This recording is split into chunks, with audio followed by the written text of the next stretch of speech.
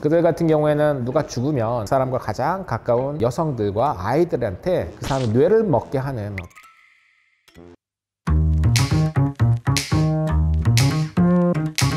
안녕하세요. 이화여자대학교의 정종호 교수입니다. 생물 다양성과 생물의 진화에 대해서 교육하고 연구를 하고 있습니다. 오늘 저는 인간의 식인 행위에 대해서 얘기해 보고자 합니다. 식인종을 뜻하는 영어의 카니발은 스페인어로 카니발레스라고 하는 단어에서 나왔습니다. 카리브해에 있는 소방 안틸레스 제도에 있는 카리브인들을 지칭하는 단어였습니다. 그런데 이제 카리브인들이 식인 행위를 한다고 알려져 가지고 그 부족을 지칭하는 단어가 이 식인종을 의미하는 단어가 되었죠. 근데 사실 스페인에서는 식인 행위를 하는 종족에 대해서만 노예로 삼을 수 있다라고 하는 왕의 칙령이 내려가지고 당시 이제 식인 행위가 있었다고 이제 과장되게 얘기를 하거나 또 거짓으로 얘기를 해서 정복자들이 노예를 많이 획득하려고 하는 의도였다, 하나의 그 가설도 있습니다. 근데 이제 사실 그들이 식인 행위가 있었는지 없었는지는 지금 확인할 방법은 없죠. 하지만 원래 인류는 굉장히 오래전부터 이 식인 행위를 했던 것으로 보입니다. 그거는 최근에 있는 기록까지도 많이 남아있죠.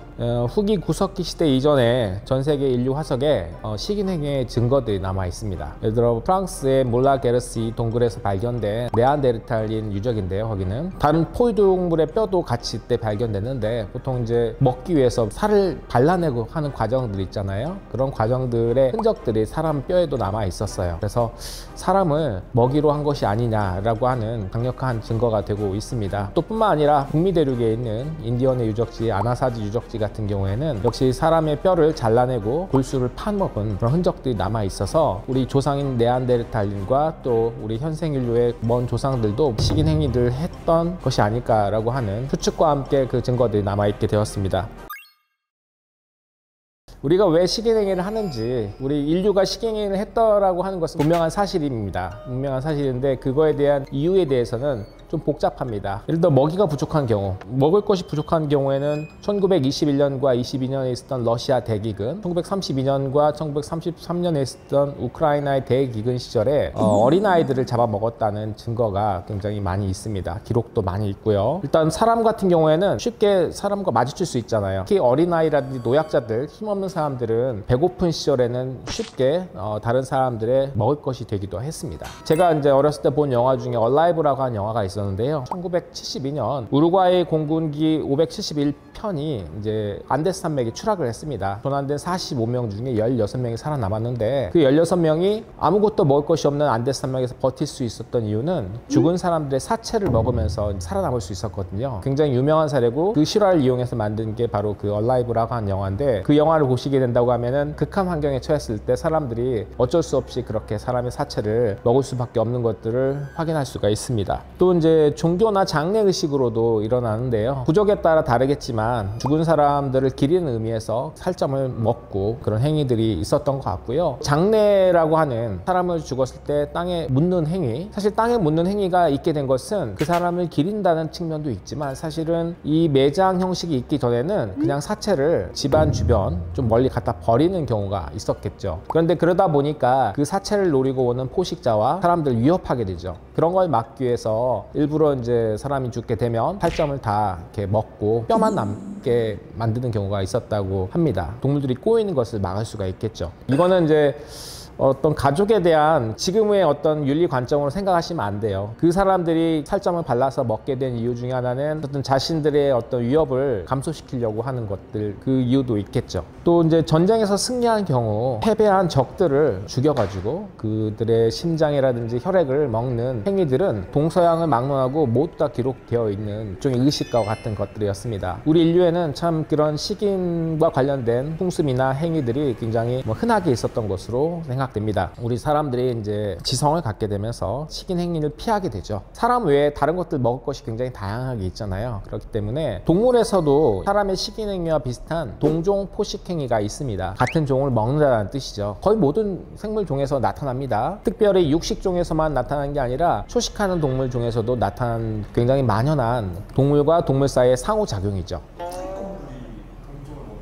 예를 들어 이제 개구리 같은 경우, 개구리 올챙이들은 초식 동물이거든요. 개구리가 웅덩이에 알을 낳잖아요. 그 웅덩이가 먹을 게 별로 없어요. 그러면 올챙이들이 서로를 잡아 먹는다고 합니다. 거기서 살아남은 올챙이가 이제 성체가 되죠. 그런 이제 사례들이 보고되어 있습니다. 동물에서의 동종 포식행위는 물속에 사는 동물들에서 매우 흔하게 나타난다고 해요. 여러분도 아마 집에서 물고기 키우시는 분들 보시면 알겠지만, 물고기들 자기가 낳은 알에서 부화한 새끼들을 보고 그냥 먹을 건 줄 알고 막 먹는 경우가 있어요. 동물에서의 나타나는 동종 포식행위는 여러 가지 의미가 있겠죠. 우리가 진화에서는 이익과 비용이라고 얘기를 합니다. 이익이라고 하는 것은 자기에게 유리한 점, 비용이라고 하는 것은 일종의 손해가 되는 점을 얘기하는데요. 먼저 이익을 말씀드리면, 동종을 잡아먹는 행위 자체는 먹을 걸 구하기 어려운 환경에서 자기랑 마주치기 쉬운 개체를 잡아먹기 때문에 손쉽게 자기가 먹이를 구할 수 있다고 하는 장점을 가지고 있습니다. 두 번째로 장점은 자기랑 경쟁하는 개체죠. 같은 종끼리도 경쟁을 하잖아요. 경쟁자를 제거한다는 측면에서는 자기가 앞으로 유리하게 되는 그런 측면이 있습니다. 이런 어떤 장점도 있지만, 비용이라고 진화학적으로 볼 때 손해가 되는 비용적인 측면도 있습니다. 자신의 종들을 잡아먹게 되잖아요. 단기간으로 보면 개체 자신은 이익이 될 수 있어요. 자기가 이제 배가 부르고, 종 전체적으로 보면 종 수가 줄어들죠. 종을 구성하는 개체 수가 줄어들기 때문에 다른 종과의 경쟁에서 굉장히 불리하게 될 수가 있습니다. 같은 종을 사냥한다, 잡아먹는다라고 하는 것은, 그러니까 만만한 개체들, 어린 개체라든지 아니면 정말 늙고 병든 개체를 잡아먹는 걸 제외하고 건강한 개체를 잡아먹을 때는 자기도 목숨을 걸어야 되죠. 자신의 신체에 상해가 있게 됩니다. 상처를 입게 된다는 것은 야생에서 곧 죽음을 의미할 수도 있거든요. 쉽게 할 수 없는 행위이긴 하죠. 그런 어떤 위험성은 있습니다. 걔들 잡는 그럴 때 쓰는 에너지, 그 에너지가 그를 먹었을 때 하는 에너지보다 더 크기 때문에 굉장히 손해인 경우가 많습니다. 마지막으로 이제 손해가 되는 점은, 같은 종의 개체를 잡아먹으면 쉽게 기생충에 감염될 수 있습니다. 왜냐하면 보통 기생충이라고 하는 것들, 병원체라고 하는 것들은 숙주의 특이적인 경우가 많습니다. 예를 들어 사람한테 감염되는 회충, 사람한테서 사람으로 감염될 때 가장 빠르게 감염될 수가 있어요. 그런 어떤 그 불리한 점들이 있죠. 기생충들이 빠르게 확산될 수 있는 단점. 왜 그런 것들 진화하지 않았는지 그런 말씀이시죠? 그건 여러 가지가 있을 수 있는데요. 먼저 예를 들어 어떤 유전자가 있어요. 동족을 포식하도록 되어 있는 유전자가 있다고 우리가 가정을 해봅시다. 동족을 포식하는 개체들은 제가 아까 말씀드린 그런 장점들을 통해서 금방금방 클 수 있는 장점들이 있겠죠. 그러면 이제 그 유전자들이 같은 종 내에서 점점 많아져야 그 종 자체가 동종을 포식하는 행위가 진화하게 됩니다. 그런데 이제 잡아먹다 보면, 보통 사람은 개체를 구분하지만 많은 종에서는 더 먼 친척들은 구분하지 못하는 경우가 있어요. 동족 포식하는 유전자들이 자기의 친척들을 다 잡아먹죠. 구분하지 않고 잡아먹기 때문에 그 유전자가 점점 많아질 가능성이 별로 없습니다.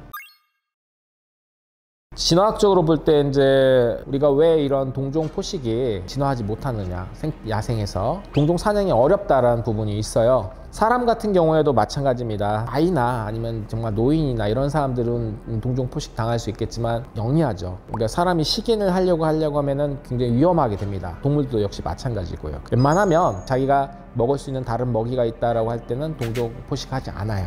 이건 좀 여담이긴 하지만, 사람은 집단으로 생활하잖아요. 혼자 떨어져 있는 경우를 제외하고 잡아먹으려면 정말 목숨을 걸어야 되는 그런 상황이 되겠죠. 일단 질병 감염 위험성이 굉장히 높아질 수가 있습니다. 같은 종은 그 종에 감염되는 병원충과 기생충에 훨씬 더 취약하기 때문에 퍼질 가능성이 커요. 하지만 이제 한 개체가 한 개체를 잡아먹는 건 크게 의미가 없습니다. 왜냐하면 1대1의 관계에서는 결국 감염된 사람도 하나에 불과하잖아요. 파푸아뉴기니에 있는 포레족처럼 가장 최근까지 어떤 식인행위가 알려진 종족인데요. 그들 같은 경우에는 누가 죽으면 사람과 가장 가까운 여성들과 아이들한테 그 사람의 뇌를 먹게 하는, 여러분 머릿고기 같은 거 드셔보시면 알겠지만 굉장히 부드럽잖아요. 먹게 했는데 우선적으로. 근데 이제 그 뇌 안에 하필이면 이제 후루병을 일으키는 프리온이라고 하는 단백질이 들어있어요. 변형 프리온이 들어있고, 그 변형 프리온을 먹게 되는 것이죠. 먹게 되면 그 변형 프리온이 뇌에 들어가서 그 사람의 또 후루병을 일으키게 됩니다. 질병에 걸린 사람을 집단적으로 다 이렇게 먹게 됐을 때 한꺼번에 이제 질병이 쫙 퍼지게 되는 것이죠. 그 집단이 전체가 그 질병에 감염되는 위험성이 있습니다. 이런 식인이라든지 동종 포식 행위가 생태계 전반으로 확산되기가 어려운 부분이 있습니다. 그러니까 정말 먹을 것이 부족해지게 되면 뭐든지 먹는 게 우리 그 동물의 특성이기 때문에 사람도 정말 극한적인 상황에 처하게 되면은 닥치는 대로 먹죠. 보통 이제 이성을 갖게 된 상태에서는 뭐 나무 뿌리라든지 이런 걸 먹고 타는데, 사실 나무 뿌리는 먹어도 나무 뿌리의 성분 대부분은 우리가 흡수할 수가 없어요. 왜냐면 식물 성분들은 사람이 소화를 시킬 수가 없거든. 대부분 섬유질은 소화가 안 되기 때문에 그냥 배출돼요. 우리 배를 포만감 있게 만들지만 흡수가 안 되니까 살을 찌게 안 만들죠. 예를 들어 사람 크기가 작기 때문에 들이는 노력 대비 먹는 게 별로 없어서 영양학적 효율이 떨어진다라고 얘기는 할 수 있습니다. 근데 이제 예를 들어 같은 종을 먹었을 때는 그 몸을 구성하는 물질들이 비슷해요. 먹으면 대부분 다 우리 몸에서 배출되지 않고 흡수될 수가 있습니다. 그런 점에서는 굉장히 효율이 좋죠. 영양학적으로 좋다고 해서 저희가 이제 식이냉이를 장려하는 건 아니고요. 우리 인류도 오랫동안 이제 지나오면서 이 식인행위가 가지고 오는 여러 가지 단점들을 아마 알게 되면서 우리 도덕의 윤리에 이렇게 넣게 되지 않았나. 동물계에선 여전히 어떤 동종 포식행위가 일어나긴 하지만 그들이 주식으로 삼지 않는다라는 걸 우리가 주목해 볼 필요가 있습니다. 그런 어떤 단점들로 인해서 진화하지 못하게 되지 않았나 생각합니다. 사람이 사라지게 되면 곤충이 어마어마하게 증가합니다. 잡초들도 엄청나게 늘어나죠. 우리 인류는 불과 한 몇만 년 되는 짧은 기간 안에 지구 생물의 상당 부분을 없앴어요. 지구라고 하는 곳을 우리 사람이 살기에 적합한 곳을 만들면서 수많은 생물종들 사라지게 했거든요.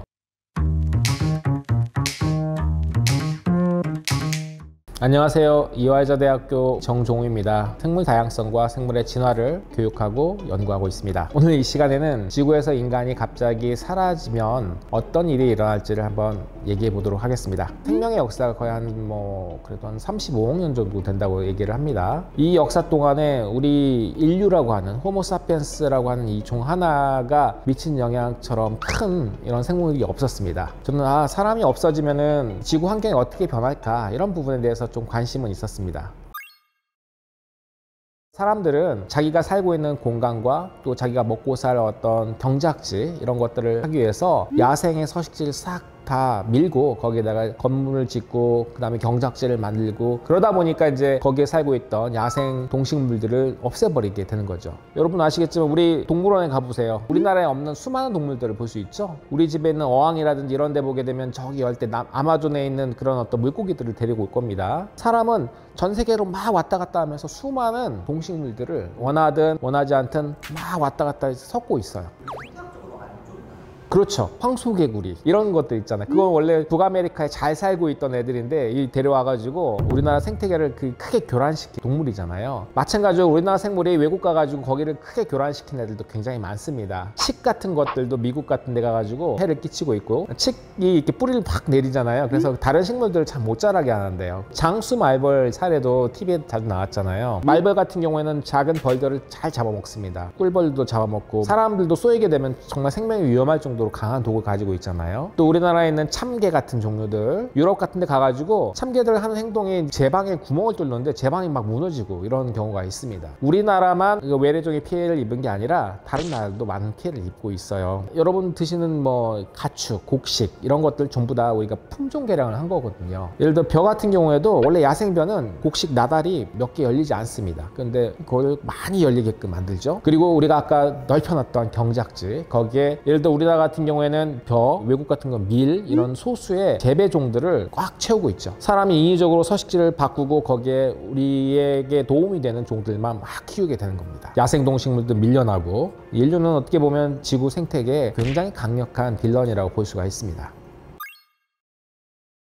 과테말라의 깊숙한 숲, 지금으로 보게 되면 그냥 열대 우림처럼 보이는데요. 거기에 마야 문명의 도시가 있었다고 합니다. 불과 한 2000년 동안에 그 문명 도시가 다 땅속에 잠겨 있고 흙으로 덮이게 되고, 그 위에는 완전히 야생의 열대 우림이 되었습니다. 2000년이라고 하는 시간은 지구 역사에 보면 아주 찰나의 시간이거든요. 자, 그런 사례를 보게 되면은 사람이 사라지게 되면 우리가 살고 있는 이 도시, 이 문명들도 금방 이렇게 사라지게 된다는 것을 알 수 있죠. 사람이 살고 있는 도시 또는 마을, 대부분 이제 우리가 만든 건축물, 그 다음에 경작지, 산업 공장 이런 것들도 가득 차 있죠. 그런 시설들은 사람이 계속 관리해주고 또 에너지를 쓰지 않으면은 더 이상 돌아갈 수 없는 그런 시설이 되겠습니다. 서울 같은 경우에는 지하철이 굉장히 많잖아요. 근데 그 지하는 지하수라는 것들이 계속 올라옵니다. 이 지하수를 계속 펌프를 통해서 배출해 주거든요. 그렇지 않으면 그 지하가 유지될 수 없습니다. 지하 구조물들이 사람이 사라지고 전기가 끊게 되면 이제 지하수가 계속 차오르게 되겠죠. 지하철이란 지하 이 공간에 다 물이 차게 되고 그 공간을 떠받들고 있던 수많은 구조물 중에 금속 구조물들이 녹슬게 됩니다.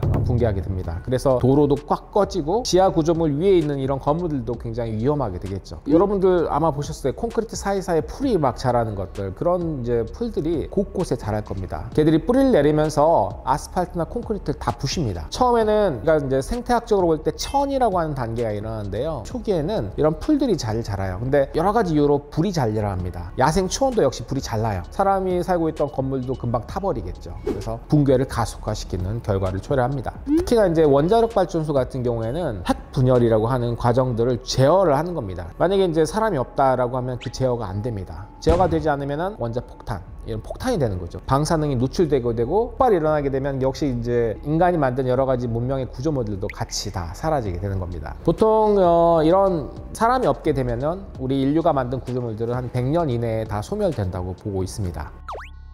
네, 다 사라지게 됩니다. 네. 자연 생태계를 다 밀어버리고 거기에 농경지를 만들었다고 했잖아요. 사람이 사라지게 되면 그 농경지를 더 이상 관리를 못하게 되겠죠. 일단 농약이 사라지게 되면 곤충이 어마어마하게 증가합니다. 잡초들도 엄청나게 늘어났죠. 예전에 사람이 쌀이라든지 밀과 같이 단일종을 쫙 키우던 그런 농지가 사라지고 수많은 식물들이 자라게 되는 들판이 되게 되는 겁니다. 커다란 야생동물들도 자기의 활동 범위를 넓히겠죠. 개체 수도 늘어나게 됩니다. 사람이 이제 품종 을 통해서 만든 쌀이라든지 밀이라든지 이런 재배식물, 소라든지 돼지라든지 하는 그런 품종들은 사람의 보살핌이 없으면 야생에서 살기가 어렵습니다. 유전적으로 다양하지도 않아요. 그래서 환경 변화에 굉장히 취약합니다. 야생동물, 동식물과의 경쟁에서 절대 이길 수가 없어요. 그 규모는 크게 감소할 겁니다. 예를 들어 이제 병어 같은 경우는 알곡들이 괜히 많이 열리잖아요. 바람이 조금만 불면 싹 쓰러져요, 얘들은. 근데 이제 바람 쓰러지면 사람들이 세워주거든요. 그거를 인위적으로 그렇게 해주는데, 근데 이제 야생 식물들은 쓰러져도 일어나잖아요. 그러면 경쟁에서 이길 수가 없죠.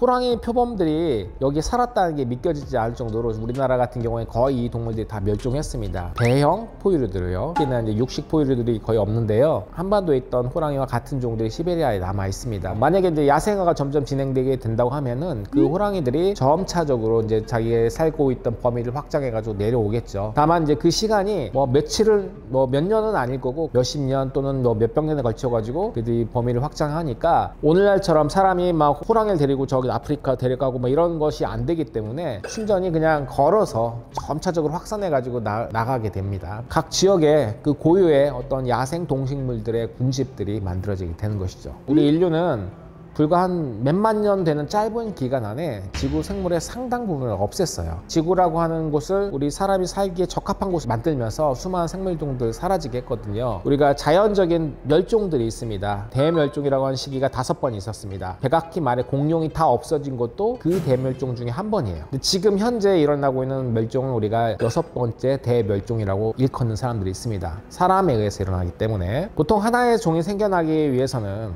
우리가 종 분화라고 하죠. 몇만 년에 걸쳐서 일어납니다. 사람들이 없앤 그 종들, 그 숫자만큼 채워지기 위해서는 앞으로 수백만 년 시간이 더 필요하다고 해요. 기존에 지구에 있었던 몇백만 년 전에 있었던 그런 생명체들이 다시 등장을 하거든요. 그건 안 됩니다. 왜냐면 이미 멸종한 생물들은 없어요, 더 이상. 지금 현재에 있는 생물들이 진화를 해가지고 구성하게 되는 거죠. 진화학적으로 보게 되면은 현재에 있는 생물에서 새로운 종들이 나오게 되기 때문에 뭐 말 나온 김에 인류가 사라지게 되면 포스트 휴먼은 누가 될 것이냐, 그거에 대한 얘기는 많을 수 있는데 예측하기 어렵습니다. 같은 영장류에 속하는 지능이 높고 또 집단 생활하는 그룹들이 차지할 수도 있을 거고, 쥐처럼 쥐도 역시 막 굉장히 번식력 좋고 또 집단 행동을 하지 않습니까? 그 설치류 같은 무리들이 그 자리에 차지할 수 있고, 아무도 모르죠, 당연히. 아마도 지능이 있어야 될 것 같고요. 빠르게 번식할 수 있어야 될 것 같고, 집단 행동 같은 걸 잘 하면 좋을 것 같습니다. 네, 봤습니다. 영화. 뭐 가능성은 있을 수 있겠죠. 사람이 이 지구상의 지배자가 될 수 있었던 것은 아프리카에서 사람이 살고 있던 곳이 숲이 사라졌어요. 사실 지금 많은 영장류들이 숲에 살고 있거든요. 숲에서 벗어나지 못하면은, 그러니까 새로운 환경을 개척하지 못하는 거예요. 사람은 잘 살아남고 거기를 이렇게 개척하면서 우리가 인류로서 이렇게 진화를 하게 된 거거든요. 다른 영장류들 같은 경우에는 지금 자기가 살고 있는 환경에서 특별히 나와 있지는 않거든요. 그다지 그 후보로 꼽지는 않습니다. 사실은 우리 사람이 사라지고 나서 어떤 환경에 이 지구에 오느냐에 따라서 그 환경에 가장 적합한 생물들이 살아남지 않을까라는 생각이 들어요. 그건 너무 이제 비약이죠, 사실은.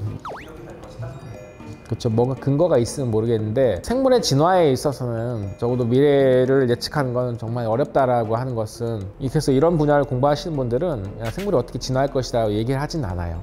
이게 암묵적인 룰처럼 환경이 앞으로 어떻게 변할지도 모르고 그 환경에 어떤 생물들이 가장 적합할지도 모르기 때문에 인간이 갑자기 사라진다고 하면 어떤 일이 일어날까라고 하는 것은 우리를 한번 돌아보게끔 만드는 그게 되지 않을까 생각해요. 이런 어떤 주제를 가지고 얘기를 해봄으로써 사람 중심으로 생각하지 않고 우리 환경 중심으로 고민해보는 시간이 되었으면 좋겠습니다.